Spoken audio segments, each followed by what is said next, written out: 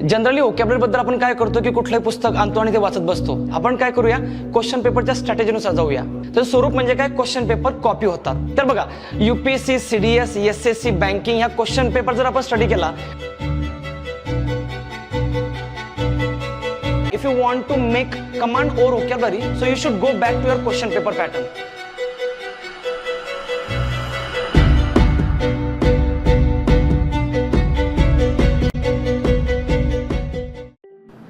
Welcome to Shashwat academy Pune. मी महेश पाटील.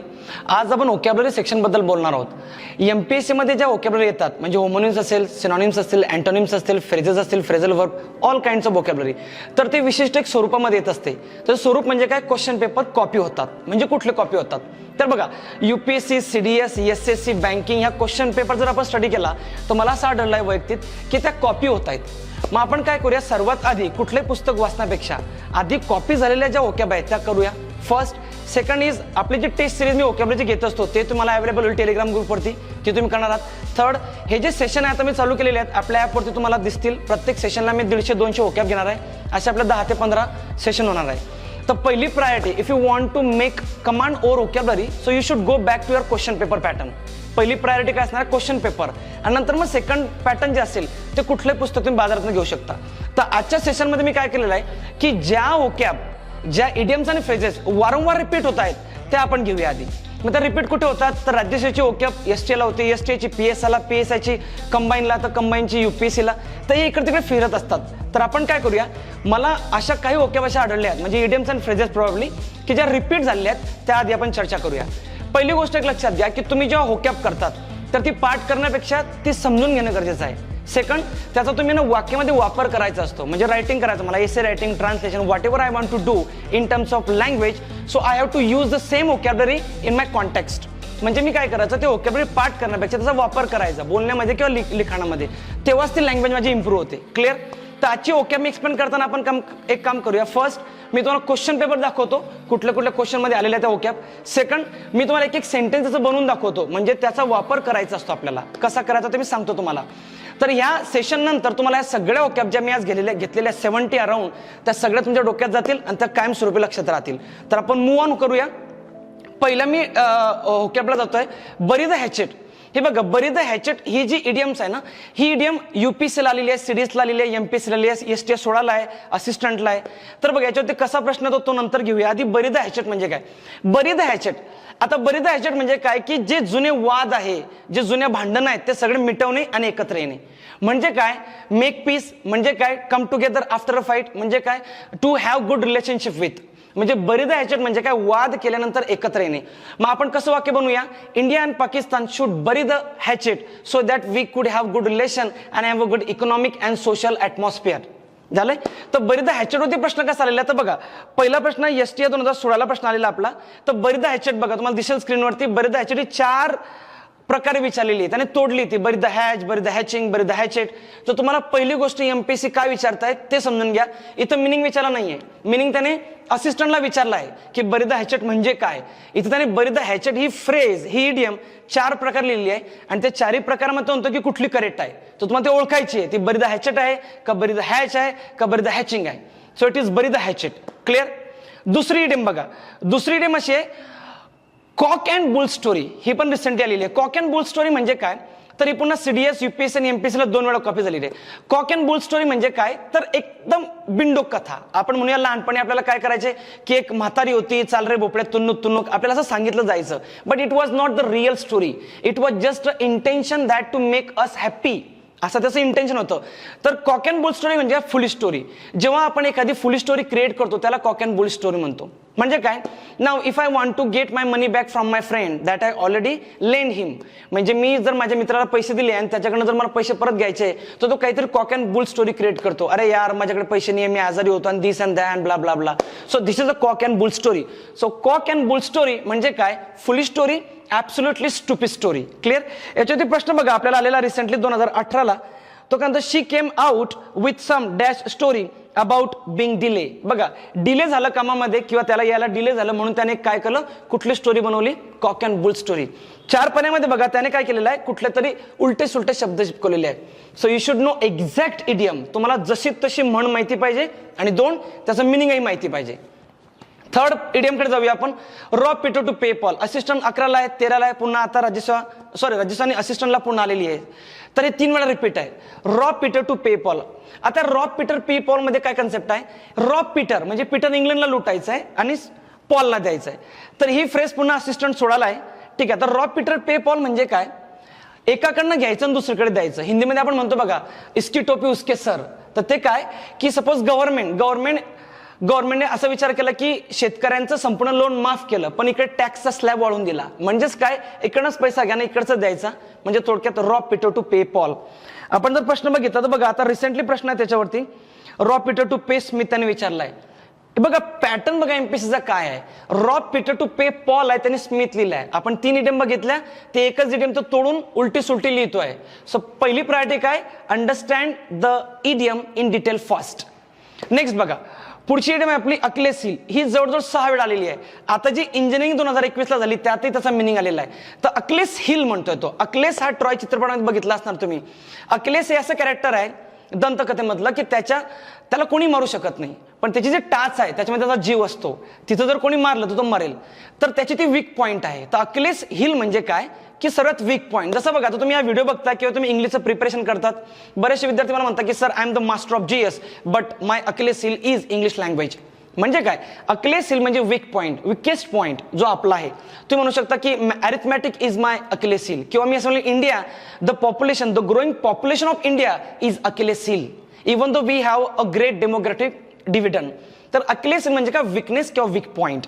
याच्यावरती प्रश्न बघा फॉरेस्ट 2016ला आहे, त्यानंतर आता 2021ला पण आहे इंजिनिअरिंगला. तर इथे विचारलं त्याने अकिलेस हिल. आणि पुढचा प्रश्न बघा, पुढचा अजून त्याने अकिलेस टो म्हटलाय. 2 प्रश्न याच्यावरती मी तुमच्या समोर ठेवले प्रश्न. अकिलेस टो म्हणतोय आणि अकिलेस हिलचा मिनिंग पण विचारतो. तर अकिलेस टो नाही आहे, अकिलेसची हिल असते आणि अकिलेस हिलचा मिनिंग पण विचारलेला आहे. तर अकिलेस हिल म्हणजे काय, विकनेस किंवा वीक पॉइंट. पुढची इडियम बघा, like a fish out of water. पुन्हा रिपीट ही दिसते आपल्याला. Like a fish out of water म्हणजे काय की अशी सिच्युएशन ज्यामध्ये तुम्हाला ऑकवर्ड फील होत आहे. म्हणजे जेव्हा एखादी फिश आउट ऑफ वॉटर येईल तर तिला जगणं मुश्किल होईल, कारण तिला ते नवीन वाटेल काहीतरी. तर जेव्हा तुम्ही असे सिच्युएशन ज्यामध्ये ऑकवर्ड फील करतात त्याला म्हणतात like a fish out of water. जसं फॉर एक्झाम्पल एखादा तुम्ही लग्नात गेलात बिगर म्हणजे जेव्हा तुम्हाला इन्व्हाइट केलं नाही आणि तुम्ही जेवायला गेलात तेव्हा प्रत्येक जण आपल्याकडे बघत असतो, तेव्हा आपल्याला कसं फील होतं, like a fish out of water. So when you feel awkward when you use this idiom. So like a fish out of water म्हणजे काय, तर फील ऑकवर्ड. बघा ती कशी विचारलेली आपल्याला, fish in water, fish in clear water, like a fish out of water. इथं like a fish out of water फक्त विचारली की बरोबर आहे का. So that is correct. Next बघा इडियम आपल्याकडे break the ice. Same thing. बरीचदा हॅचक जी आपण म्हण घेतली तीच ब्रेक द आईस आहे. रिपिटेशन आहे ही, वारंवार येते. ब्रेक द आईस म्हणजे काय, तेच पुन्हा भांडण करून एकत्र येणे, म्हणजे वाद मिटवणे. आणि थोडक्यात काय की make a peace. Break the ice. Same thing, India and Pakistan should break the ice and make a good relationship. Clear. तर बघा ब्रेक द आईस वरती प्रश्न काय, to break the ice isn't very easy thing. हा प्रश्न विचारलेला आहे त्याने. तर ज्या इडियम मी घेतोय इथं ना त्या रिपीट होत आहेत. तर आधी ह्या आपण परफेक्ट करणार आहोत. ठीक आहे. पुढची फ्रेज आहे बघा, at the drop of the hat. At the drop of the hat म्हणजे काय की ड्रॉप हॅट होणार आहे तेवढ्यात, अगदी क्षणात, अगदी क्विक, सडन, विदाउट डिले. म्हणजे at the drop of the hat अशी की एखादी क्रिया तुम्ही एकदम क्विक केली. फॉर एक्झाम्पल एखाद्या व्यक्तीचा ऍक्सिडेंट झाला, so it was at the drop of the hat. I couldn't believe this could happen with him.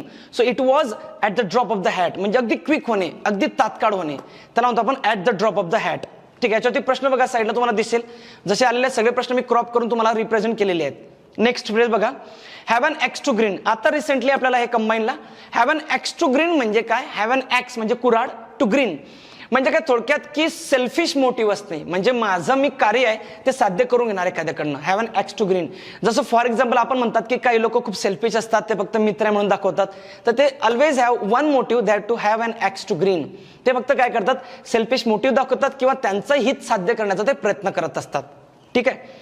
Next idiom बघा, डिजावू. आता डिजावू काय, तर हे पुन्हा 3दा आलेली आहे. फॉरेस्टला आहे, असिस्टंटला आहे, पुन्हा आपल्याला एसटीला पण आहे. डिजावू म्हणजे काय की एखादी अशी पास्टची गोष्ट जी तुम्हाला आठवते आहे किंवा तुम्हाला ते रिमेंबर होते, तर ती फिलिंग म्हणजे फॉर एक्झाम्पल लहानपणी एखादी गोष्ट तुम्ही केली आहे आणि ती गोष्ट सेम करतात आणि तुम्हाला आठवलं की मी हे आधी कुठेतरी केलेलं आहे, तर त्याला डिजाऊ म्हणतात. आपला जो मूवी आहे बघा आमिर खानचा गजनी, त्यामध्ये बघा त्याला आठवत असतं काहीतरी बॅकग्राऊंड, तर त्याला म्हणतात डिजाऊ. डिजाऊ म्हणजे काय, remembering something of your past experiences. ठीक आहे, ते फिलिंग असते की तुम्हाला काहीतरी आठवत आहे. ठीक आहे, यावरती प्रश्न बघा, हा फॉरेचा प्रश्न आहे. डिजाऊला विचारला तर डिजाऊचा मिनिंग विचारलेला आहे. ठीक आहे, पुन्हा डिजाऊ 2-3 वेळा आलेला आहे. तर डिजाऊ म्हणजे काय, फिलिंग ऑफ रिमेंबरिंग समथिंग, म्हणजे काहीतरी तुम्हाला आठवत आहे, डिजाऊ होत आहे, ते रिमेंबरिंग. नेक्स्ट आहे बघा CI2I, ही जवळजवळ 4 वेळा आलेली आहे. राज्यसेवा 17ला पण आहे, टॅक्स असिस्टंट 16ला पण आहे. CI2I इव्हन मी टेस्ट पेपरला पण घेतली होती मागच्या रविवारी राज्यसेवा मेन्सवाल्यांसाठी. CI2I म्हणजे काय की एकमेकांशी ॲग्री असणे. We always CI2I when we belong to one single political party. If I belong to BJP and you belong to BJP, that means we always CI2I. But when you belong to Congress and I belong to BJP, we never CI2I because we get disagreement with each other. Clear. So CI2I म्हणजे काय, agree असणे, सहमत असणे, एखाद्याशी मतभेद नसणे, मत एकमेकांशी ॲग्री असणे. क्लिअर. याच्यावरती प्रश्न बघा, जोड्या लावा पण आलेला आहे आणि खाली पण आलेला बघा, दोन्ही दाखवलेले मी. जोड्या लावा जो आहे तो राज्यसेवा 2017चा आहे आणि जो दुसरा प्रश्न आहे त्याचा मिनिंग विचारलेला आहे, तो सेंटेन्समध्ये तो आहे टॅक्स असिस्टंट 2016चा. पुढची बघा, ऑन क्लाउड 9 रिसेंट झालेली आहे. ऑन क्लाउड 9, आता बघा युरोपियन कंट्रीची लँग्वेज आहे इंग्लिश, तर तिकडे ऑन क्लाउड 9 जेव्हा क्लाउड असे 9 आकारामध्ये दिसतात तेव्हा ते असं गृहीत धरतात की हे खूप चांगलं असं एक साईन आहे, तर ते हॅप्पी असतात. म्हणजे जेव्हा तुम्ही अत्यंत आनंदी आहात, अगदी तुमचा आनंद उच्चांक गाठलाय तुम्ही, त्या केसमध्ये आपण असं म्हणूया की you are on the cloud 9. Just imagine today MPSC declare result, you got DYSP post or DC post or as you desire post. So now I would say at the time when you hear that I got the post, then you will feel like on cloud 9. Cloud 9 म्हणजे काय, very happy, खूप आनंदी असणे. बघा याच्यावरती पुन्हा प्रश्न आहे, क्लाउड 9 वरती प्रश्न आलेला आहे. Vinita is on cloud 9. Vinita is on cloud 9 म्हणजे व्हेरी हॅप्पी, एक्स्ट्रीमली हॅप्पी ती केसमध्ये आहे. ठीक आहे. नेक्स्ट इडियम बघा, व्हाईट एलिफंट. ही एमपीएससी मध्ये जवळजवळ 6 वेळा आलेली आहे, रिपीट होते ही, युपीएससी ला पण आहे. व्हाईट एलिफंट म्हणजे काय, अशी गोष्ट की ज्याच्यापासून तुम्हाला प्रॉफिट नाही, 0 प्रॉफिट आहे, पण त्याच्यातून तुमचा खर्च भरपूर आहे. म्हणजे काय की अशी नापीक जमीन ज्यावरती पिकणार तर काहीच नाही, ज्यापासून तुम्हाला काही मिळणार तर नाही, परंतु त्यावरती तुम्हाला खर्च करावा लागणार आहे त्याला प्रॉपर क्लीन ठेवण्यासाठी. सो व्हाईट एलिफंट म्हणजे काय, बर्डन समय एखादी गोष्ट की दॅट इज अनप्रॉफिटेबल आणि जी खर्चिक आहे तुम्हाला. ठीक आहे. सो व्हाईट एलिफंटवरती बघा प्रश्न आलेला तुम्हाला दिसतील स्क्रीनवरती, व्हाईट एलिफंटवरती. सो व्हाईट एलिफंट आपण अजून काय म्हणू शकतात की अशी वस्तू, अशी गोष्ट की ज्यात तुम्हाला काही फायदा नाही पण त्यावरती खर्च होतोय. ठीक आहे. नंबर नेक्स्ट बघा, हल्सन डेज रिसेंट आलेले 2018ला. हल्सन डेज म्हणजे काय की असे दिवस तुमच्या आनंदाचे, सुखाचे दिवस. हल्सन डेज, हल्सन डेज म्हणजे काय, प्रॉस्परस डेज किंवा डेज ऑफ हॅपीनेस, आनंदी दिवस. मग आपण असं म्हणूया की बालपण म्हणजेच काय, childhood days are nothing but the halcyon days when there is no regret, there is no worry और there is no burden like career and all the stuff. So halcyon days of our life are already gone. So don't think that the halcyon days will come ever. ठीक आहे. So halcyon days म्हणजे काय, peaceful days किंवा prosperous days. PSI 2017ला प्रश्न आहे यावरती, पुन्हा 18ला आता प्रश्न आलेला आहे हल्सन डेज वरती. तो स्क्रीनवरती प्रश्न आहे, तुम्ही वाटल्यास पॉज करून ते वाचू शकतात प्रश्न. नंबर नेक्स्ट फ्रेज आहे फॉर गुड. फॉर गुड म्हणजे चांगल्यासाठी नाही, फॉर गुड म्हणजे परमनंटली किंवा फॉर एव्हर. म्हणजे just imagine now you decided today that I will not come ever in Pune, so I am living Pune for good. मी पुण्यात कधीच परत येणार नाही, मी परमनंटली चाललो आहे, कायमचा चाललेलो आहे, त्याला म्हणू आपण फॉर गुड. किंवा मी असं म्हणेल, in 1947 the British administration has finally gone for good, so they permanently gone away, म्हणजे ते कायमस्वरूपी गेलेत, त्याला आपण म्हणू फॉर गुड. किंवा now you decide that I attempted MPSC many times, now I decide that I will not come to Pune and I will not join an MPSC class और neither I will study for MPSC. At that time you will say I quit MPSC for good, permanently. Clear. Next phrase बघा, finger in every pie. तर finger in every पाय काय, ही फॉरेस्टला आलेली आहे, असिस्टंटला आलेली आहे, 3-4 वेळा रिपीट आहे. तर फिंगर इन एव्हरी पायचा अर्थ काय होतो की जेव्हा एखाद्या व्यक्तीला प्रत्येक गोष्टीमध्ये इंटरेस्ट असतो, म्हणजे जसं MPSCत इंटरेस्ट आहे, UPSCत इंटरेस्ट आहे, कोणाचे काय अफेअर आहे त्यात इंटरेस्ट आहे, कोणाचे भांडण सुरू आहे त्यात इंटरेस्ट आहे. Wien somebody has interest in everything, every aspect, तेव्हा त्याला म्हणू आपण फिंगर इन एव्हरी पाय. ठीक आहे. सो फिंगर इन एव्हरी पाय म्हणजे काय की तुम्हाला प्रत्येक गोष्टीमध्ये आवड आहे, गोडी आहे. त्यावरती प्रश्न बघा, साईडला तुम्हाला दिसेल फिंगर इन एव्हरी पाय वरती प्रश्न किंवा फिंगर इन एव्हरी पाय बघा ते 4 प्रकार तो देतो आहे, काय काय म्हणी आहे त्याच्या. फिंगर इन एव्हरी पाय, finger in every soup, finger in every dish असे पण दिलेले आहे फॉरेस्ट सोडाला. ठीक आहे. नेक्स्ट इडियम आहे बघा, ब्लो वन्स ओन ट्रम्पेट. ही फ्रेज वारंवार रिपीट होते. ब्लो वन्स ओन ट्रम्पेट म्हणजे काय, स्वतःच कौतुक करणे, स्वतःचेच तुतारी वाजवणे. Blow one's own trumpet. आपण असं म्हणूया Shahrukh Khan always blows his own trumpet. तो नेहमी स्वतःचीच तुतारी वाजवतो, स्वतःच कौतुक करतो. पण एक वाक्य लक्षात ठेवा, वाईज मॅन म्हणजे शहाणी लोक never blows their own trumpet. कधीही ते स्वतःचे कौतुक करत नाही. Example is Ratan Tata is a great person, Narayan Murthy sir. These people never blows their own trumpet because they do not praise themselves because they know how best and how good they are. ठीक आहे. So blow one's own trumpet बघा प्रश्न तुम्हाला साईडला दिसतील repeat झालेले, हे सगळीकडे येत आहेत. तर तुम्ही बोलताना किंवा लिहिताना म्हणायचं असतं. जर एखादा निबंध आला, जसा हॅपीनेसवरती निबंध मी मागच्या टेस्टला दिला, राज्यसेवा मेच्या रायटिंगच्या टेस्टला, त्यात तुम्ही म्हणू शकतात की if you want to be happy you should not boast yourself, म्हणजेच you should not blow your own trumpet. When you blow your own trumpet, that means you are not happy. You seems to be happy. You feel like you are happy. You show to the society that you are happy, but in reality you are not. ठीक आहे. पुढची idiom बघा, the tip of the iceberg. The tip of the iceberg 11ला आहे, 13ला आहे, पुन्हा 16ला आहे, 3दा रिपीट आहे. The tip of the iceberg म्हणजे काय की एखाद्या आइसबर्गचा एखादा भाग तुटला आणि खाली पडला तर त्याने काही फरक पडत नाही, पण कालांतराने तो पूर्ण आइसबर्ग तुटणार आहे. म्हणजे काय की एखादी समस्या सुरुवातीला वाटते खूप छोटी आहे, परंतु ऍक्च्युअली ती छोटी नसते, खूप मोठी असते. जसं राज्यसेवेला येणारे लोक काय करतात, इंग्रजी विषय म्हणजे English writing, English vocabulary, English grammar बाजूला ठेवतात, GS 1 2 3 4 करतात, इंग्लिश नंतर बघू. ते वाटते समस्या छोटी आहे, पण when you crack your prelim examination त्यानंतर ती मोठी वाटते. म्हणजे काय, अशी समस्या की ती सुरुवातीला वाटते छोटी आहे पण ती खूप मोठी असते in reality. So tip of the iceberg म्हणजे काय, the problem seems very little at the very first stage but it is very dangerous or very bigger in reality. ठीक आहे. याच्यावरती आलेले प्रश्न बघा, तुम्ही वाचू शकता, हे प्रश्न रिपीट होत आहेत. नेक्स्ट बघा माझी idiom, by leaps and bounds. आता बघा बाय लिप्स अँड बाउंड्स काय, PSI 17ला त्याने चुकवली ती बाय लिप्स अँड लॅप्स दिली आहे बघा, शेजारी तुम्हाला दिसेल लिप्स अँड लॅप दिली आहे. तर लिप्स अँड बाउंड्स म्हणजे काय, lips and bounds, lips and bounds म्हणजे काय, जेव्हा एखाद्या क्षेत्रामध्ये झपाट्याने प्रगती होते तेव्हा त्याला म्हणतो आपण लिप्स अँड बाउंड्स. आता झपाट्याने प्रगती कशी, तर इंडियामध्ये एक प्रगती होते आपली पॉप्युलेशनची, ती सर्वात जास्त होते बाय लिप्स अँड बाउंड्स. ठीक आहे.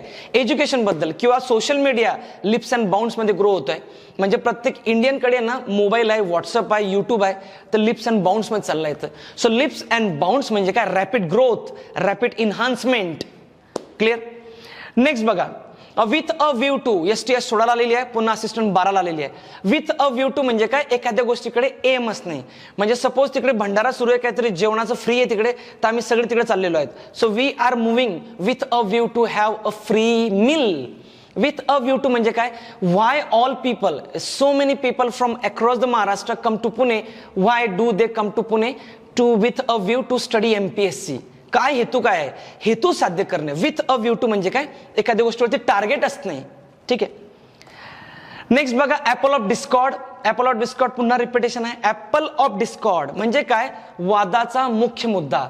दोन लोकांमध्ये भांडणं झाली आहेत, त्याचं कारण काय आहे, ऍपल ऑफ डिस्कॉर्ड काय आहे. Jammu and Kashmir is an apple of discord between India and Pakistan. Aishwarya Rai was a apple of discord between Salman Khan and Vivek Oberoi. Belgaum is a apple of dispute, apple of discord between Karnataka and Maharashtra. म्हणजे वादाचा मूळ मुद्दा. जसं तुम्ही लायब्ररीमध्ये जागेवरनं भांडतात की माझी जागा आहे, इथं बसायचं नाही, तिथं बसायचं नाही. So that is an apple of discord. Apple of discord म्हणजे काय, कॉज ऑफ क्वारल किंवा सब्जेक्ट ऑफ डिस्प्यूट, वादाचा मूळ मुद्दा. ठीक आहे. त्यावरती बघा प्रश्न आहे आपल्याला, STS 16ला प्रश्न आहे हा, तुम्ही वाचू शकता तो. Late the cat out of the bag. पुन्हा फॉरेस्टला आहे, PSI 17ला आहे. Late the cat out of the bag, एखाद्या बॅग मधनं एखादी कॅट बाहेर काढणे. आता म्हणजे काय, एखाद्या बॅग मध्ये कॅट असते का, बरं आहे, आणि तिथून बाहेर काढतात. म्हणजेच काय, एखाद्या व्यक्तीचे सिक्रेट रिव्हील करणे. आता सिक्रेट रिव्हील करणे म्हणजे काय की तुमच्यावर MPSC करणारा एक व्यक्ती आहे, त्याचं लग्न झालंय, त्याने कोणाला सांगितलं नाहीये, पण तुम्ही लायब्ररीमध्ये सांगून टाकलं की याचं लग्न झालेलं आहे आणि याला 2 मुलं बाळ आहेत. So it is like let the cat out of the bag म्हणजे काय, you let the cat out of the bag saying that your room partner has already been married and he has 2 kids. ठीक आहे. So let the cat out of the bag म्हणजे reveal the secret. Clear. Number next, त्यावरती प्रश्न वाचून घ्या वाटल्यास तुम्ही. Next नंबरचा क्वेश्चन आहे, फेस द म्युझिक. कंबाईन 2018 प्रश्न आलेला आहे, पुन्हा 11ला पण आहे. फेस द म्युझिक म्हणजे काय, एखादं म्युझिक फेस करणे नाही किंवा डान्स करणे अजिबात नाही. फेस द म्युझिक म्हणजे काय, face the difficult time. Now in this pandemic of corona everybody is facing the music. When you call somebody like your friend or relatives and when you say something negative the same words you get back. म्हणजे काय, everybody is facing the music right now in this situation. Everybody is struggling to get the job, to get study or to get recover from the disease. ठीक आहे. Face the music काय, when we grow up we always face the music. As we grow more, we face the music more. अशी म्हण आहे, जेवढा आपण मोठं होतो तेवढा डिफिकल्टी लेवल आपल्या मोठ्या होतात. सो फेस द म्युझिक म्हणजे काय, face the difficult time in life. Number next phrase बघा, किक द बकेट. पुन्हा रिपिटेशन मध्ये दिसते. किक द बकेट म्हणजे काय, बकेटला लात मारणे नाही, टू डाय, मरण पावणे. Kick the bucket. मी असं म्हणेन, my grandfather has finally kick the bucket आणि ही पासेस अवे. म्हणजे काय, किक द बकेट, एखाद्या बकेटला लात मारणे म्हणजे टू डाय, मरण पावणे. त्यावरती बघा प्रश्न आलेले आहेत आपल्याला, 3 प्रश्न आहे रिसेंटली किक द बकेट वरती. नंबर नेक्स्ट बघा, at 6s and 7s. At 6s and 7s recent आहे, 2019लाच प्रश्न आहे याच्यावरती. ॲट 6s and 7s म्हणजे काय, 6 आणि 7 नाही, तर ॲट 6s and 7 म्हणजे काय, डिसऑर्डर, अस्ताव्यस्त असणे. जसं बॅचलर लोकांची रूम असते बघा, सगळीकडे अस्ताव्यस्त असतं, कुठे कोलगेट पडलेला आहे, कुठे कोणाचा सॉक्स आहे. So at 6s and 7s. आणि त्याच्या विरुद्ध असं म्हणूया, ॲपल पाय ऑर्डर असते. ॲपल पाय ऑर्डर म्हणजे काय, परफेक्ट ऑर्डर. मुलींच्या रूम्स बघा कशा अगदी परफेक्ट ऑर्डरमध्ये असतात, त्या असतात ॲपल पाय ऑर्डर. पण मुलांच्या बघितल्या त्या ॲट 6s and 7 असतं. कोणाचा पेन कुठे, कोणाचं करंट अफेअरचं मॅगझिन कुठे, इंग्लिशचं पुस्तकं नसतं रूम मध्ये ऍक्च्युली. ठीक आहे. तर ॲट 6s and 7 म्हणजे काय, disorder, in not in proper order. ठीक आहे. नंबर नेक्स्ट फ्रेज आहे बघा, रोल इन मनी. राजूचा 16 आहे आणि असिस्टंट 13 आहे. Roll in money. आता बघा, मनी असे रोल करणे, अशी रोल करू आपण मनी असे गोल गोल गोल गोल. एखादी 2000 रुपयाची नोट अशी गोल केली तुम्ही, पण 2000 रुपयाची नोट गोल तोच करू शकतो ना ज्याच्याकडे आहेत पैसे. मग ज्याच्याकडे पैसे आहेत तोच रोल करू शकतो money. So roll in money म्हणजे काय, very rich, become very rich, श्रीमंत बनणे, श्रीमंत असणे, त्याला म्हणतात roll in money. Next phrase आहे बघा, good wine needs no bush. राज्यसेवा 18ला आलेली आहे, पुन्हा CDSला SSCला आहे, निबंध म्हणून सुद्धा आलेला आहे हा UPSCच्या अंडर. Good wine needs no bush म्हणजे काय, की एखादा व्यक्ती किंवा एखादी वस्तू चांगली आहे ते त्याला सांगायची गरज नसणे. म्हणजे फॉर एक्झाम्पल मी सांगेल माझे तुतारी वाजवली की मी खूप भारी शिकवतो, मी खूप सुंदर आहे, मी खूप असा आहे, मी तसा आहे, दॅट इज रॉंग. म्हणजे जेव्हा एखादा व्यक्ती चांगला असेल, एखादी गोष्ट चांगली आहे, त्याला सांगायची गरज पडत नाही मी किती चांगला आहे. Same thing Ratan Tata sir, he never sed that I am the best entrepreneur in India. He is already, ते ऑलरेडी आहेतच, but he never says, he never praise himself that. म्हणून तो good wine needs no bush म्हणजे काय, एखादं product असेल त्या प्रोडक्टवाल्याला सांगायची गरज पडत नाही की मी किती चांगला आहे. So person or thing, if a good person or good thing does not require to tell how good they are. त्यांना गरज पडत नाही आम्ही किती चांगले आहोत सांगण्याचं. नाना पाटेकर कधीच म्हटले नाही की आय एम द बेस्ट, ते ऑलरेडी बेस्ट आहेत. So good wine needs no bush. Next बघा, यमन सर्व्हिस. ही आलेली आपल्याला राज्य PSI 17 आणि पुन्हा असिस्टंटला आलेली. यमन सर्व्हिस म्हणजे काय, यमन हा देवदूत होता आणि तो देवाने त्याला पाठवलं होतं चांगले कामं करण्यासाठी. सो यमनची सर्व्हिस नेहमी चांगल्या कामांविषयी आहे ना. म्हणजेच काय, excellent work, beautiful work for the society, for the social cause. जसं for example, as you get the post DC, DYSP, IS, any post you get, your priority should be Yaman service. That is excellent work. That is a good service to the society. So Yaman service म्हणजेच काय, excellent service, good service or for the society. Next बघा, pick hole. बघा समाजामध्ये असे काही लोक असतात ते नेहमी पिक होल करत असतात. पिक होल म्हणजे काय, की नेहमी तुमच्या चुका शोधतात, नेहमी तुमच्या मिस्टेक शोधतात. म्हणजे जो मिस्टेक शोधतो, जो चुका शोधतो त्याला तो pick holes. One of my friends, when I tell him that I am good in English, I teaches very well, whatever I tell to him, he always find the picks holes. म्हणजे काय, तो नेहमी fault पाहत असतो. So find fault किंवा find mistakes त्याला म्हणतो आपण pick holes. Actually we should not pick holes because everybody is good, we should not criticise somebody. ठीक आहे. नेक्स्ट बघा, पुढची डेम आहे build castle in the air. Build castle in the air म्हणजे काय, हवेत मनोरे बांधणे आपण म्हणतो. म्हणजेच काय, की अशा गोष्टी करणे, अशी चर्चा करणे की ती पॉसिबल नाही आहे. मी हे करून टाकेल, मी ते करून टाकेल, that is not in reality. A plan which is impossible in reality or a plan which has no practical value. म्हणजे फॉर एक्झाम्पल, मी जर IS बनलो असतो, तुम्ही संपूर्ण देश बदलून टाकला असता. It is like building a castle in the air. किंवा माझ्या हातात फक्त एकच दिवस फक्त तुम्ही महाराष्ट्र द्या, बघा कोरोनाचे केसेस 0 करून टाकेल मी. So it is something a imaginary plan which is not in reality possible. ठीक आहे. So build a castle in there म्हणजे काय, युजलेस प्लॅन किंवा अनरिअलिस्टिक प्लॅन. नेक्स्ट बघा, call it a day. Call it a day ही अशी म्हण आहे, क्वालिटेटिव्ह म्हणजे काय, जेव्हा तुम्ही म्हणतात की हे काम मी आता बंद करतो, आय क्विट, किंवा मी ठरवतो की आता इथून पुढे मी काम करणार नाहीये, मी रिटायरमेंट घेतो किंवा मी हे जॉब सोडतो. तुम्ही जेव्हा एखादं कार्य स्टॉप करतात आणि तिकडे पुन्हा जात नाही, त्याला म्हणतात qualitative. Now today I myself Mahesh Patil qualitative and now I stop teaching English and I go back to home, which is not real. ठीक आहे, क्वालिटेटिव्ह म्हणजे काय, to quit the job. Next बघा पुढची फ्रेज आहे वाईल्ड गुज chase. Wild गुज chase. तुम्ही जर फॅन्ड्री चित्रपट बघितला असेल तर त्या फॅन्ड्री चित्रपटाचं टायटल काय आहे, फॅन्ड्री निरागस स्वप्नांचा पाठलाग. निरागस स्वप्नांचा पाठलाग म्हणजे तुम्ही अशा गोष्टींचा पाठलाग करतायत जे ऍक्च्युली नाहीये, पण तरी पण तुम्ही शोधतायत. मग तो शोध म्हणजे वाईल्ड गुज चेज. म्हणजे काय, मी अशा गोष्टींचा पाठलाग करतो की ते मला मिळणार नाहीये, जे सत्यात पण नाहीये, जे अनप्रॉफिटेबल आहे किंवा जे नाहीये त्याचा शोध मी घेतोय, त्यानंतर वाईल्ड गुज चेज. जसं बघा आपण देव शोधतो, तो आहे का नाही माहित नाही, पण तो मिळणार नाहीये अजिबात. If you start your journey to find God, that means you are actually on the wild goose chase. Clear? Next बघा पुढची फ्रेज आहे क्रोकोडाईल टीयर. आपण हिंदीमध्ये म्हणतो बघा मगरमच्छ के आसू, म्हणजे काय ढोंगी आसू, खोटारडे आसू, किंवा काही लोक आपल्याला सांत्वन करत असतात खोटारड, त्याला म्हणतो आपण crocodile tear. So who has crocodile tears? Every politician has a crocodile tear because they show like they are part of our family, but in reality they are not. So it is crocodile tear. Next बघा पुढची phrase आहे and in smoke. बघा एखादा फटाका आपण लावला, आपण दिवाळीला फटाके फोडायचो, पण काही फक्त स्मोक यायचा त्यांचा, म्हणजे त्यांचा फक्त धूर निघायचा आणि फुटत नव्हते ते, मग ते एंड इन स्मोक झाले. मग एंडिंग स्मोक्स म्हणजे काय की एखादी गोष्ट फेल होणे, निरर्थक ठरणे. जसं फॉर एक्झाम्पल आपण एक काम करूया की एखादी योजना आपण राबवूया, त्या योजनेबद्दल भरपूर काही आपण ब्ला ब्ला ब्ला असं कौतुक करूया आणि रियालिटी ती योजना फ्लॉप गेली, म्हणजे काय एंड इन स्मोक. किंवा फॉर एक्झाम्पल सचिन तेंडुलकर पुन्हा खेळायला येणार आहे असं गृहीत धरूया आणि आपण खूप कौतुक करतोय सचिन सचिन सचिन आणि सचिन पहिल्या बॉलात आउट झाला, and in smoke. And in smoke म्हणजे काय, निरर्थक ठरणे किंवा फेल होणे. नेक्स्ट बघा पुढची फ्रेज आहे through thick and thin. Through thick and thin म्हणजे काय की जेव्हा एक व्यक्ती तुमच्या आयुष्यामध्ये चांगल्या आणि वाईट काळामध्ये बरोबर होता तेव्हा त्याला म्हणून आपण थ्रू थिक अँड थिन. मग कोण आहे हा व्यक्ती जो तुमच्या आयुष्यात वाईट आणि चांगल्या काळात राहतो? तो एकच व्यक्ती येतो म्हणजे आपले parents. Our parents are always with us through thick and thin. So through thick and thin म्हणजे काय, bad and good circumstances you are with somebody. Clear? So through thick and thin म्हणजे वाईट आणि चांगल्या काळात एखाद्या सोबत असणे. नेक्स्ट बघा पुढची फ्रेज आहे सिट ऑन फेन्स. फेन्स म्हणजे काय, कुंपण, आणि त्याच्यावर तुम्ही बसलोय. आता मला कळत नाहीये की मी इकडे उडी मारू का तिकडे उडी मारू. जेव्हा तुमच्याकडे दोन ऑप्शन आहे आणि तुम्हाला कळत नाही काय करू, म्हणजे एमपीएससी करू का जॉब करू का लग्न करू का पुणे सोडू का क्लास टाकू का चहा टाकू, दुकान टाकू चहाचं, nobody knows. When you have options आणि यू कॅन्ट डिसाईड, त्या सिच्युएशनला म्हणतात सिट ऑन द फेन्स. म्हणजे मी अशा सिच्युएशनमध्ये की मला कळत नाही मी काय चूज करू. So sit on the fence म्हणजे you are in a situation when you can not decide what to do. Clear? याला म्हणतो आपण सीट ऑन द फेन्स. मग नेक्स्ट फ्रेज बघा between the devil and deep sea. पुन्हा ही 4 वेळा repeat आहे, between the devil and deep sea.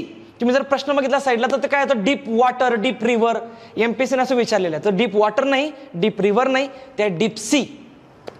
म्हणजे काय, इकडे आड तिकडे वीर, ही आपली मराठीतली म्हण, ही ती इंग्लिशमध्ये between the devil and deep C.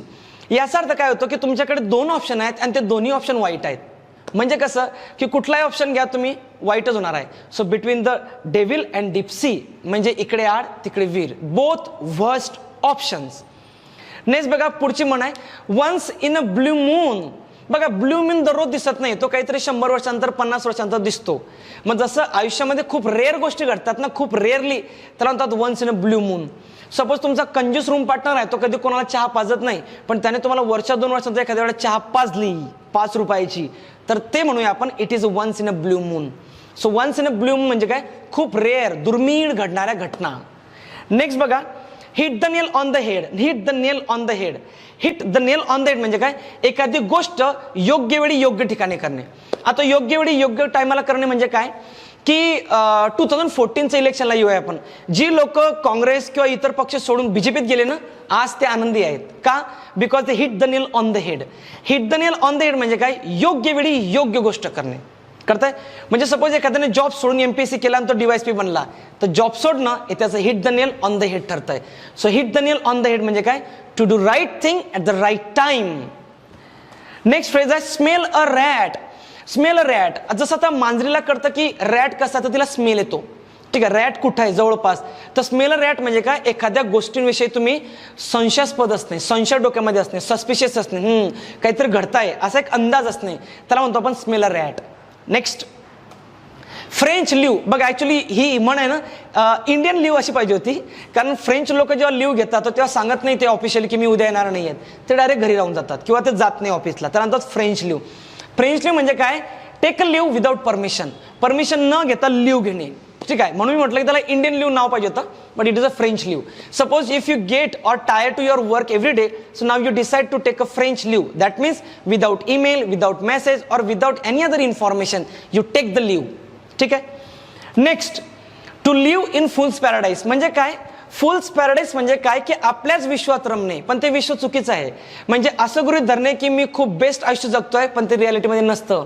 To live in fool's paradise म्हणजे काय की एक मूर्ख संकल्पनेच्या आयुष्यामध्ये जगणे की जे रियालिटीमध्ये नाही आहे. म्हणजे कसं की जर इंग्लिशचा अभ्यास बरेचसे लोक करत नाही, प्रिलिम नंतर करून घेईल मी, होऊन जाईल ते, पण that is you are living in a fool's paradise. कारण जेव्हा तुम्ही प्रिलिम नंतर मेन्सला येतात तेव्हा तुम्हाला कळतं की आवाका एमपीएससीतला इंग्लिशचा हा पदवी दर्जा आहे आणि हा मोठा आहे, म्हणून तुम्ही प्रिलिमच्या आधी you are living in a fool's paradise. Next बघा, ब्ल्यू ब्लड. आता ब्ल्यू ब्लड म्हणजे काय, निळ रक्त का नाही.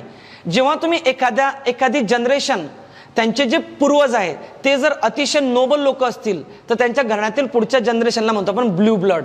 तर आपण ॲरिस्टोक्रॅटिक म्हणतो किंवा ते आपल्याला नोबल क्लॅन पण म्हणतो. म्हणजे सपोज काही राजे राजवाड्यांची लोक जी आहेत त्यांची जी जनरेशन आहेत त्यांना आपण म्हणूया ब्ल्यू ब्लड. म्हणजेच काय, ॲरिस्टोक्रॅटिक, उच्च वर्ग, उच्च म्हणजे अतिशय उच्च वर्ग की त्यांना खूप मोठं स्थान आहे, त्याला म्हणतो आपण ब्ल्यू ब्लड. ठीक आहे. नंबर नेक्स्ट आहे बघा, नीप इन द बड. बर्ड काय, फूल उमलण्याच्या आधी एक बर्ड असतं, कडी असते, तिला जर तुम्ही तोडून टाकली तर फूल येणारच नाही. So nip in the bird म्हणजे काय, to destroy at early stage. आता डिस्ट्रॉय ॲट अर्ली स्टेज म्हणजे काय की एखादा उगम होण्याच्या आधीच त्याचा पूर्ण समाप्त होणे. म्हणजे फॉर एक्झाम्पल आपण असं म्हणूया की एखादा पॉलिटिशियन आहे आणि तो खूप चांगलं काम करतोय पण त्याला दुसऱ्याने दाबून टाकला, so nip in the bird झालं ते. किंवा एखादा 16-17 वर्षाचा तरुण मुलगा आहे आणि तो दारू पितोय, गांजा ओढतोय, तर तो नीप इन द बर्ड झाला. He destroy himself at the early stage. So nip in the bird म्हणजे काय, destroy at early stage. Number next phrase आहे ॲट सी. नेहमी येते ही. ॲट सी म्हणजे काय, कन्फ्यूज. म्हणजे तुम्ही समुद्रात आहात असं नाही, जेव्हा तुम्ही कन्फ्यूज मोडमध्ये असतात, त्याला अजून भरपूर शब्द आहे, फ्लमॉक शब्द आहे, बिविल्डर शब्द आहे. तर तुम्ही कन्फ्यूज आहात. Suppose if I ask you question in the class and you don't know the answer, so you got confuse. Now at that time you might say I am at sea because I don't know the answer, whether should I answer or not because I am at sea. At sea समुद्रात नाही म्हणजे confuse असणे. Number next phrase आहे बघा, bless in disguise. हे बघा, bless in disguise. तुम्ही जर नेहरूंचं पहिलं भाषण जर बघितलं तुम्ही 1947चं, तर त्यांनी म्हटलं होतं ब्लेसिंग इन डिस्गस आहे, आपल्याला मिळालेलं स्वातंत्र्य हे ब्लेस इन डिस्गस आहे. म्हणजे काय, ब्लेस इन डिस्गस म्हणजे काय की अशी गोष्ट की सुरुवातीला ती वाईट दिसते पण नंतर ती चांगली ठरते. आता वाईट दिसते नंतर चांगली ठरते म्हणजे कशी, सपोज तुम्ही बसच्या मागे धावतात आणि बस तुम्हाला मिळाली नाही, तुमच्याकडनं बस मिस झाली, मग तुम्ही अरे माझी बस मिस झाली, that is a bad thing for you. पण नंतर कळलं की त्या बसचा ॲक्सिडेंट झाला, म्हणजे काय, तुम्हाला वाटलं की बरं झालं ते बस मिस झाली. तर सेम थिंग नेहरू म्हटलं होतं त्यांच्या पहिल्या भाषणामध्ये, when we got the independence. ते म्हटलं की हे आजचं जे इंडिपेंडन्स आहे ना, हे ब्लेस इन डिस्गस आहे. तुम्हाला हे वाईट वाटेल, तुम्हाला वाटेल की हा देश युनाइट होणार नाही आहे, हा देश तुटेल, परंतु बघा हे माझं म्हणणं खरं ठरणार आहे, ब्लेस इन डिस्गस. आणि ते आज खरं ठरत आहे because we are still united. So bless in disguise म्हणजे काय, something that you feel like it is worst but it turns later good. ठीक आहे. नंबर नेक्स्ट फ्रेज आहे meet somebody half way. Meet somebody half way म्हणजे काय की जेव्हा तुम्ही कॉम्प्रोमाइज करतात, जसं एखादं प्रोडक्ट विकत घेतात तर आपण बार्गेनिंग करतो. So we meet somebody half way. So meet somebody half way म्हणजे काय, कॉम्प्रोमाइज द थिंग. लग्न बघा, आपले अरेंज मॅरेज कसे होतात, मीट समबडी हाफ वेज होतात, कॉम्प्रोमाइज केलं जातं. ठीक आहे, तुमच्याकडे लग्न, आमच्याकडे दागिने, that is called meet somebody half way म्हणजे कॉम्प्रोमाइज. नेक्स्ट बघा पुढची म्हणा, क्लॅरियन कॉल. क्लॅरियन हा एक पुन्हा दंतकथेचा एक स्टोरी आहे. तो क्लॅरियन जे म्हटलं आपण म्हणतो ना, तुम्ही म्हणणार ती पूर्व दिशा, ती म्हण आहे. क्लॅरियन कॉल म्हणजे त्याने जर कॉल दिला की चला सगळे जनता एकत्र या, सगळे येतील. सो क्लॅरियन कॉल म्हणजे काय, पूर्व दिशा, कॉल ऑफ ड्युटी. म्हणजे सपोज मी जर म्हटलं की आता सगळे लोक आता इथं जमा व्हा, तुम्ही जमा झालेत, दॅट इज कॉल्ड क्लॅरियन कॉल. तुम्ही म्हणणार ती पूर्व दिशा, त्याला म्हणतो आपण क्लॅरियन कॉल. नेक्स्ट बघा, ए फॅबियन पॉलिसी. त्याला रेड टॅपिझम पण म्हणतात. रेड टॅपिझम ही पण म्हण आलेली आहे आणि फॅबियन पॉलिसी ही पण म्हण आलेली आहे. फॅबियन पॉलिसी म्हणजे काय की एखाद्या कामामध्ये दिरंगाई करणे, त्याला म्हणतो आपण फॅबियन पॉलिसी. जसं बघा आपण म्हणतो की we India as the biggest democracy in the world, but the biggest problem in democracy lies is red tapism. असे बरेचसे देश आपल्याला क्रिटिसाइज करतात की still you are successful democracy but you have a Fabian policy. म्हणजे काय, तुमच्या कामामध्ये दिरंगाई होत असते, लेट होतात कामं, म्हणून तुम्ही अजून डेव्हलप्ड नेशन नाही आहात. ठीक आहे. सो Fabian policy and red tapism एकच आहे म्हण, त्याचा अर्थ होतो डिले इन डिसिजन्स. नेक्स्ट बघा पुढचे cook the book. Cook the book म्हणजे काय, पुस्तकाचं काय आपल्याला भाजी बनवायचं नाहीये. कुक द बुक म्हणजे काय, अफरातफर करणे एखाद्या कुठल्याही ट्रान्झॅक्शनमध्ये, ₹2 दाखवणे आणि ₹4 खिशात ठेवणे, त्याला म्हणतात फॉल्सिफाय द ट्रान्झॅक्शन. म्हणजे फॉर एक्झाम्पल तुम्ही जर कुठे जॉब करता आणि तुम्ही त्या बुकचं फॉल्सिफाय केलं, म्हणजे काहीतरी अफरातफर केली, तर त्याला म्हणतात cook the book. There are so many, I have seen so many bureaucrats in India, every day they actually cook the book and they manage and manipulate the money properly and they take bribes like this. So cook the book म्हणजे काय, to falsify the transaction. Number next phrase आहे बघा, past master म्हणजे जुना master नाही, जो एखादा अष्टपैलू असतो एखाद्या क्षेत्रातला किंवा जो एखादा एक्सलंट व्यक्ती असतो त्याला म्हणतो आपण पास्ट मास्टर. जसं Sachin Tendulkar is a past master in cricket, expert intellectual व्यक्ती किंवा त्या क्षेत्राचा वर्सटाईल व्यक्ती, त्याला म्हणतो आपण पास्ट मास्टर. अजून एक म्हण आहे ओल्ड हँड्स. ओल्ड हँड्स त्यांनाही म्हणतो आपण पास्ट मास्टर. म्हणजेच काय, एक्सपर्ट व्यक्ती किंवा very diligent in a particular field. Next आहे बघा, blood is thicker than water. आता blood is thicker than water म्हणजे काय, की शेवटी कुठलेही नातं असू द्या जगातले, मैत्री असू द्या, शेजारी असू द्या किंवा इतर गाववाले असू द्या, पण ब्लड रिलेशन हे नेहमी महत्वाचे असतात आणि तेच आयुष्यामध्ये काम पडत असतात. So blood is thicker than water म्हणजे काय, इथं ब्लड आणि पाणी त्याचा अर्थ नाही आहे. Blood is thicker than water म्हणजे शेवटी रक्ताचेच नाते आयुष्यामध्ये खूप घट्ट असतात आणि महत्वाचे असतात इतर नात्यांपेक्षा, असा त्याचा हा अर्थ होतो.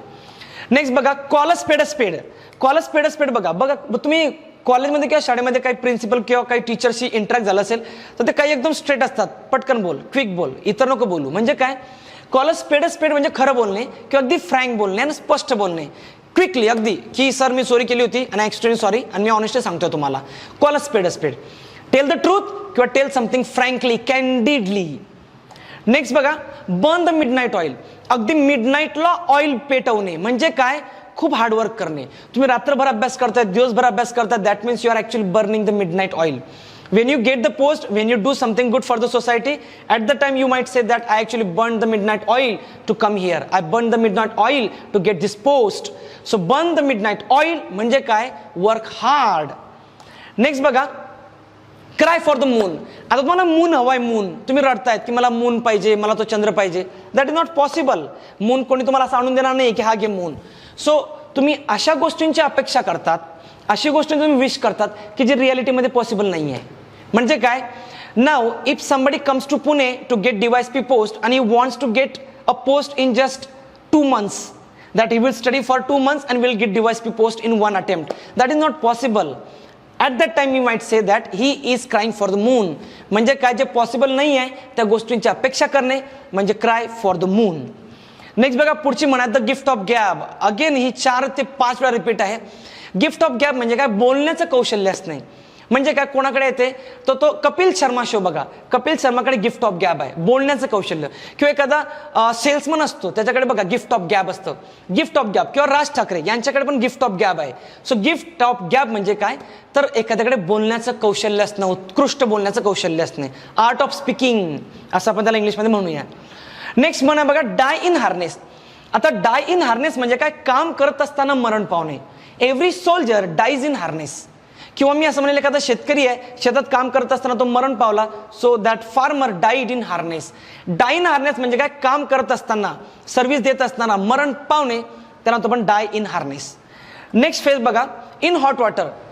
Gate into hot water म्हणजे काय, की ट्रबलमध्ये येणे. तुम्ही कोणाचं भांडण सोडायला गेलात, त्यांनीच तुम्हाला मारलं किंवा त्यांनीच तुम्हाला झोडपलं म्हणजे काय, you get into hot water. Get into hot water म्हणजे काय, गेट इन टू ट्रबल. म्हणजे जेव्हा आपण होतो की आपल्या स्वतःच्या पायावरती धोंडा मारणे म्हणजे get into hot water. म्हणजेच काय, गेट इन टू ट्रबल. ठीक आहे, संकटात सापडणे आपण असं त्याला म्हणूया. नेक्स्ट फेज आहे, PSI 17 आहे, असिस्टंट 13 आहे, अ ब्राउन स्टडी. आता काही ब्राउन स्टडी म्हणजे काय, तपकिरी अभ्यास नाही. ब्राउन स्टडी म्हणजे काय, डे ड्रीम. बघा बरेचसे स्टुडंट आहे ना सकाळी मॉर्निंगला लायब्ररीत जातात, रात्रीपर्यंत बसतात, पण ते ना डे ड्रीम करत बसतात, मी पास झालोय, मी श्रीमंत झालोय, तर त्याला म्हणतात आपण ब्राउन स्टडी. तर तसं व्हायला नको पाहिजे. बऱ्याच वेळा काही रस्त्याने लोक चालत असतात आणि ते हसत असतात त्यांच्याशी स्वतःशीच, तर ते असतात ऍक्च्युली डे ड्रीम म्हणजेच काय की brown study. So brown study I would say it should be stop. You should concentrate more on study rather than thinking about the dreams. So brown study म्हणजे काय, डे ड्रीम किंवा unconscious mind. Next बघा पुढची phrase आहे at 11th hour, म्हणजे 11 वाजता नाही, शेवटच्या क्षणाला. सगळं मंडप टाकलेलं आहे, लग्नासाठी रेडी आहे, मुलगी म्हणते मला याच्याशी लग्न करायचं नाही. So it is at the 11th hour, अगदी शेवटच्या क्षणाला. जसं प्रिलिम नंतर 8 दिवसाच्या आधी काही विद्यार्थी मला भेटतात, सर इंग्लिशसाठी काय करू. It is at the 11th hour म्हणजे काय, शेवटच्या क्षणाला, ॲट द लास्ट मुमेंट. पुढची बघा अॅन ॲसिड टेस्ट.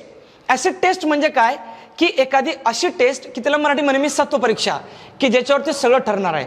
सपोज तुम्हाला विटनेस बॉक्समध्ये उभं केलं आणि तुमच्यावर ठरणार आहे की तुम्ही काय ऍक्च्युअली तिथं विटनेस बॉक्समध्ये बोलणार आहात. तुम्ही जे बोलणार ते गृहीत धरलं जाईल आणि त्याच्यावर डिसिजन ठरणार आहे जजचा.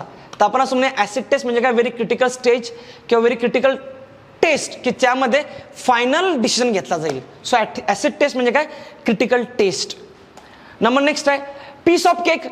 पीस ऑफ केक म्हणजे काय, व्हेरी इझी. सपोज तुम्ही काही प्रश्न वाचलेत आणि ते दुसऱ्या दिवशी प्रश्नपत्रिकेमध्ये आलेत, तर तुम्ही म्हणायचं it is a piece of cake. Piece of cake म्हणजे काय, व्हेरी इझी, व्हेरी इझी. आणि लाईफमध्ये पीस ऑफ केक एक्सपेक्ट करू नका, कारण सगळ्याच गोष्टी पीस ऑफ केकमध्ये मिळत नाही, व्हेरी इझी मिळत नाहीत. सो पीस ऑफ केक म्हणजे काय, व्हेरी इझी थिंग. पुढची म्हणा बघा ऍपल ऑफ वन्स आय. बघा आपल्या डोळ्यामध्ये बघा हे ब्ल्यू कलरचं एक बबूड असतं, तर त्यानंतर ऍपल ऑफ वन्स आय म्हणजे काय की तुम्ही एखाद्या व्यक्तीवरती खूप प्रेम करतात, जीव लावतात, त्याला म्हणतात ऍपल ऑफ वन्स आय. जसं आई बाळाला, तुम्ही एखाद्या लहान बाळाला मारा बरं, लगेच तुम्हाला त्या बाळाची आई लगेच बोले की मारू नको त्याला, बिकॉज दॅट किड किंवा that child is the apple of her eye. Apple of one's eye म्हणजे काय की एखाद्या गोष्टीला जपणे, सांभाळणे, प्रेम करणे, त्याला आपुलकी देणे. ठीक आहे. नेक्स्ट आहे बघा to be in the doldrum. To be in the doldrum म्हणजे काय, एकदम डिप्रेस असणे, एकदम टेन्शनमध्ये असणे, परीक्षा कधी होतील, कधी मी पास होईल, कधी नोकरी लागेल, कधी पैसे कमवेल. That means you are in the doldrum. In the doldrum, in the doldrum म्हणजे you are in depress, sad mood, और you are in somewhere like don't feel happy. त्यानंतर in a doldrum. Right now in this corona pandemic everybody is in the doldrum. सगळेजण म्हणजे काय आहेत, अतिशय sad आहेत, depress आहेत, त्याला म्हणूया आपण इन द डोल्ड्रम. नेक्स्ट बघा पुढची फ्रेज आपली बर्ड्स आय व्ह्यू. बघा बर्ड्स आय व्ह्यू काय बरं, म्हणजे एकदम सूक्ष्म नजर, एकदम बारीक नजर, बारकाईने बघणे. बर्ड्स आय व्ह्यू म्हणजेच काय, कन्साइज व्ह्यू. म्हणजे जेव्हा तुम्ही क्वेश्चन पेपर वाचतात ना, you should have birds eye view. म्हणजे काय, प्रश्नपत्रिकेत प्रश्न काय आहे, तो चूज द करेक्ट म्हणतो, तो चूज द इनकरेक्ट म्हणतोय, ते बघितलं पाहिजे.